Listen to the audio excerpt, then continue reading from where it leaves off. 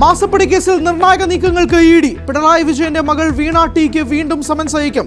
വീണ്ടും ചോദ്യം ചെയ്യുക. CMRL അധികൃതരുടെ ചോദ്യം ചെയ്യൽ പൂർത്തിയായ ശേഷം ശശിധരൻ കർത്തയുടെ മകളുടെ ഭർത്താവിനെ രണ്ടാം തവണയും ചോദ്യം ചെയ്യാൻ വിളിപ്പിച്ചു.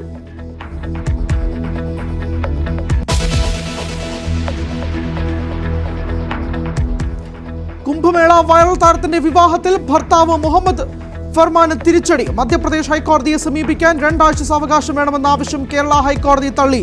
വധഭീഷണിയുണ്ടെന്ന് ദമ്പതിമാർ. കേരളത്തിലായതുകൊണ്ടാണ് സുരക്ഷിതരായിരിക്കുന്നതെന്നും ഇരുവരും ന്യൂസ് 18നോട്.